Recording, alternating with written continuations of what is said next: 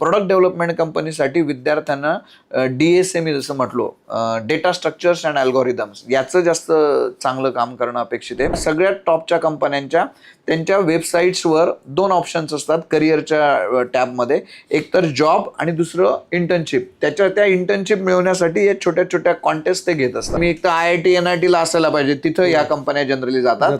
नाही तर मग मी चांगलं प्रोजेक्ट बनवून या इंटर्नशिपच्या माध्यमातून बॅकडोअर एंट्री तिथे करू शकतो. पण जेव्हा गुगल, मायक्रोसॉफ्ट सारख्या अमेरिकन कंपनी येतात तेव्हा त्यांची काही वेगळी अपेक्षा असते का? ह्या झाल्या प्रोडक्ट डेव्हलपमेंट कंपन्या. आता गुगल, मायक्रोसॉफ्ट सारख्या कंपन्यांचं पॅकेज जर आपण बघितलं ते कमीत कमी 30, 40, 50 लाखाच्या वरती पॅकेज असतं त्यांचं. मात्र त्याचबरोबर ते किती रिक्रुटमेंट करतात तर हार्डली 2, 4, 5 विद्यार्थी ते रिक्रूट करतात.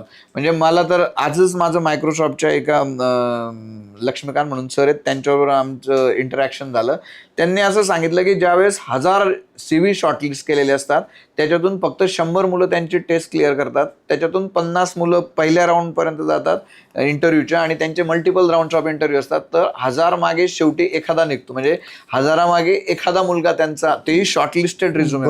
एवढा त्यांचा रेशो कमी असतो. अदरवाईज IT मास रिक्रुटमेंट कंपनीत एवढा प्रोसेस, एवढं टफ प्रोसेस नसतं. मात्र प्रोडक्ट डेव्हलपमेंट कंपनीसाठी विद्यार्थ्यांना DSA मी जसं म्हटलो, डेटा स्ट्रक्चर्स अँड अल्गोरिदम्स, याचं जास्त चांगलं काम करणं अपेक्षित आहे. त्याचबरोबर फर्स्ट सेकंड इयरला असतानाच त्याने प्रोग्रामिंग एकदम चांगल्या लेवलचं करायचं. त्यानंतर सेकंड सेमिस्टरलाच त्याने DSA आणि ॲडव्हान्स DSA शिकून घ्यायचं. थर्ड सेमिस्टर म्हणजे सेकंड इयरचं पहिलं सेमिस्टर, म्हणजे ओव्हरऑल 8 पैकी 3रं सेमिस्टरला त्याच वेळेस जर त्याने छोट्या छोट्या ऑनलाईन इंटर्नशिप केल्या 2-2 महिन्याच्या, ते जर चांगलं त्याने ह्या टॉपच्या कंपन्यांमध्ये मिळवलं तर त्याला मिळतं PPI म्हणजे काय असतं, पहिलं इंटर्नशिप छोटं 2 महिन्याचं, 6 महिन्याचं फुल टाइम इंटर्नशिप थर्ड इयरला म्हणजे 5व्या सेमिस्टरला किंवा 6व्या सेमिस्टरला मिळवायचं असेल तर ते PPI, प्री प्लेसमेंट इंटर्नशिप, या छोट्या इंटर्नशिपमध्ये जर त्याने चांगलं परफॉर्म केलं तर त्याला ते PPI मिळतं. आणि मग जर थर्ड इयरच्या त्या मोठ्या 6 मंथच्या किंवा 1 इयरच्या इंटर्नशिपमध्ये त्याने चांगलं परफॉर्म केलं तर त्याला त्या इंटर्नशिप नंतर PPO म्हणजे प्री प्लेसमेंट ऑफर हे मिळतं. जनरली 7व्या किंवा 8व्या सेमिस्टरमध्ये रिक्रुटमेंट फायनल इयरला होतं, पण ह्या विद्यार्थ्यांना थर्ड इयरच्याच 5व्या किंवा 6व्या सेमिस्टर नंतर इंटर्नशिप नंतर परफॉर्मन्स चांगला असेल तर जॉब मिळून जातो. म्हणजे बाकीच्या मुलांचं रिक्रुटमेंट सुरू होतं नाही तेवढ्यात या मुलांना इंटर्नशिपच्या माध्यमातून त्याच्या पॅकेजमध्ये भरपूर फरक, पॅकेजमध्ये प्रचंड मी जसं म्हटलो फरक असतो. मात्र त्याच्यासाठी त्याने काही प्रोजेक्ट्स करायला पाहिजे. त्याच्यानंतर गिटहब नावाचं एक वेब प्लॅटफॉर्म आहे, त्या प्लॅटफॉर्मवर जे छोटे छोटे प्रोजेक्ट त्याने छोटा ॲप डेव्हलप केला किंवा इतर प्रॉब्लेम स्टेटमेंट त्याने, जसं मी म्हटलो की काही कंपन्यांच्या ज्या कोडिंग कॉम्पिटिशन्स असतात त्यात त्याने भाग, ते सगळे कोड आपण जे प्रोजेक्ट करतोय ते सगळे या त्याने लिंक त्याच्या गिटहबच्या प्रोफाईलवर ठेवायला हवेत.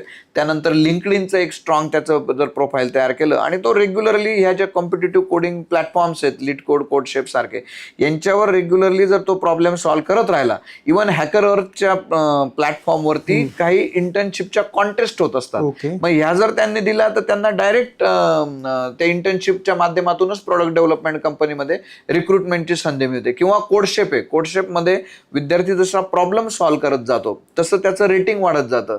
7 स्टार पर्यंत तो जाऊ शकतो. 7 स्टार हायेस्ट रेटिंग असतं. इव्हन तो त्याच्या 4-5 रेटिंग, 6 रेटिंग पर्यंत जरी गेला तरी बऱ्याचशा चांगल्या कंपन्या त्याच्यावर लक्ष ठेवून असतात की ह्या कोडशेप वेबसाईटवर किती स्टार रेटिंगचे विद्यार्थी, जर चांगले स्टार रेटिंगचे विद्यार्थी असतात त्यांचं प्रोफाईल बघून कंपन्या डायरेक्ट अप्रोच सुद्धा करतात. म्हणजे इरिस्पेक्टिव्ह ऑफ कॉलेज, तो कुठल्या कॉलेजला आहे ते न बघता त्याचं जर ते स्टार रेटिंग चांगलं असेल ह्या वेगवेगळ्या कोडिंग प्लॅटफॉर्मवरती तर त्याला डायरेक्ट ह्या ह्या कंपन्यांचं ऑपॉर्च्युनिटी पण मिळू शकतो. आणि दुसरी एक चांगली संधी त्यांनी दिलेली आहे ती म्हणजे जसं गुगल आहे, गुगलची GSOC, Google summer of code, किंवा मायक्रोसॉफ्ट असेल, अमेझॉन असेल, या सगळ्या टॉपच्या कंपन्यांच्या त्यांच्या वेबसाईट्सवर 2 ऑप्शन्स असतात करिअरच्या टॅबमध्ये, एक तर जॉब आणि दुसरं इंटर्नशिप. त्या इंटर्नशिप मिळवण्यासाठी या छोट्या छोट्या कॉन्टेस्ट ते घेत असतात. या कॉन्टेस्टमध्ये विद्यार्थ्यांनी रेग्युलर भाग घ्यायला पाहिजे आणि त्याच्यात बघायला पाहिजे की कुठल्या महिन्यामध्ये, वर्षाच्या कुठल्या महिन्यामध्ये यांची कॉन्टेस्ट येते, सेकंड थर्ड इयरला कुठली आहे, फायनल इयरला कुठली कॉम्पिटिशन आहे, आणि त्याच्यात प्रिपरेशन करून जर व्यवस्थित भाग घेतला चांगलं परफॉर्म केलं तर त्या माध्यमातून पण विद्यार्थ्यांना जरी दुसरा हा एक म्हणजे मी एक तर IIT NIT ला असायला पाहिजे तिथं या कंपन्या जनरली जातात, नाही तर मग मी चांगलं प्रोजेक्ट बनवून या इंटर्नशिपच्या माध्यमातून बॅकडोअर एंट्री तिथं करू शकतो किंवा या कोडिंग कॉम्पिटिशनच्या थ्रू. सोशल मीडियाच्या भाऊ गर्दीत विश्वासार्हतेने चकाकणारे नाव म्हणजे लेट्सअप मराठी. नाही, सगळ्या नागरिकांना ती स्पीच ती लेट्सअप वरील मुलाखती म्हणजे विचारांचा खजिना. त्यानंतरच्या निवडणुकीमध्ये मला सोडून गेले. बातम्या केवळ वस्तुस्थिती सांगणाऱ्या, न प्रोपगंडा, फक्त जनतेचा अजेंडा. क्योंकि आने वाला कल जाने वाला है, जाने वाला कल आने वाला है. राजकारण, मनोरंजन असो की क्रीडा क्षेत्र, महाराष्ट्राची स्पंदने संवेदनशीलतेने टिपणारे माध्यम म्हणजे लेट्सअप मराठी. जगासोबत एक पाऊल पुढे राहण्यासाठी लेट्सअपचे ॲप, सोशल मीडिया आणि वेबसाईट सोबत कनेक्टेड रहा.